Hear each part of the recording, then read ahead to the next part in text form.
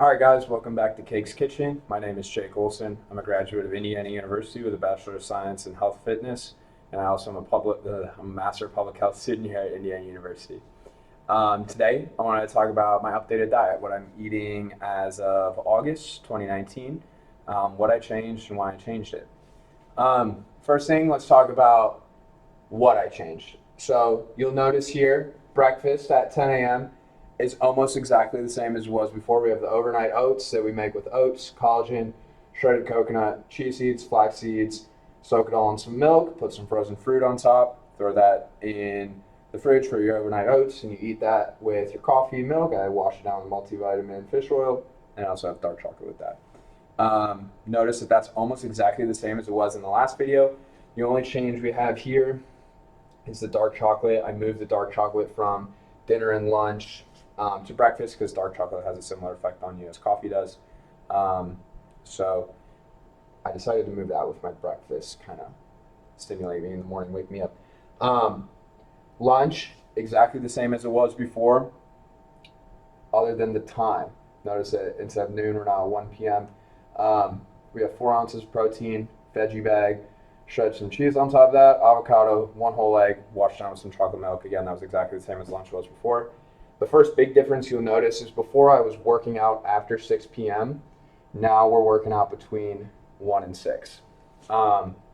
With my workout, I take in creatine and pre-workout. Creatine helps you run faster, jump higher, makes you stronger, one of the most proven supplements out there. And then pre-workout just kind of stimulates you for that workout, gets you going. Dinner, post-workout, notice that, again, exactly the same as it was before. We have 4 ounces of protein, 1 veggie bag, cheese. This is supposed to be nuts right here. Handful of nuts we had before. Then 1 whole egg and red wine. So as you'll see, what we're eating hasn't changed at all, other than the times. The times have changed. So now, instead of 8 a.m., noon, 5, and then we had a 9 p.m. snack, we have 10 a.m., 1 p.m., 6 p.m., so the times have changed, and then there's no snack at all. And also notice before I was working out after 6 p.m. Now the workout's between 1 and 6, between that lunch and dinner, when workout was after dinner before. So again, food-wise, only thing that's changed is that there's no longer a snack. Everything else has stayed the same, but the times have changed. Why is that? So my big fitness goal for the summer was to be able to dunk. I'm a basketball instructor here at IU. I teach intro to basketball and advanced basketball. And it's just kind of like a physical, athletic, fun goal that I wanted to have. I've never been able to dunk before. Prior to changing my diet, I couldn't even touch rim most days, so I was really lucky I could touch rim. And to be able to dunk, you need to lose as much fat as possible, like shred as much fat as you can, so that way you aren't carrying weight when you're leaping to the rim, right? Like you want your body to be as light as possible so you can leap as high at the rim as you want. But you also at the same time want to be as strong in the hips, glutes, and calves as possible. So you want to put on muscle mass and lose fat at the same time, which is like everyone's goal, right? Like everyone wants to be as strong and as lean as possible at the same time. So what this diet does for me is, one, when we put the workout between 1 and 6, we lose that 9 p.m. snack. There's no need to have it before. So the reason we were eating that snack before is like we needed a post-workout meal to bring in carbs, bring in protein, bring in those branched chain amino acids so I could rebuild my body and get stronger. But now since I'm working out between 1 and 6, I'm getting those amino acids, those carbs, the healthy fats and protein and all that from my 6 p.m. meal, from my dinner. So there's no need to have a snack anymore. You can cut those calories out and get closer to a caloric deficit. What this also does, if you notice, 8 a.m. to 6 p.m., that's an 8-hour feeding window. That puts me into intermittent fasting. What intermittent fasting does is helps promote autophagy in your body. Autophagy is the process of your cells getting rid of old, dead parts of the cell, rebuilding the cells, getting rid of those old, dead parts of your DNA. It helps promote fat loss and muscle growth at the same time. Intermittent fasting helps you put your body into that autophagy process.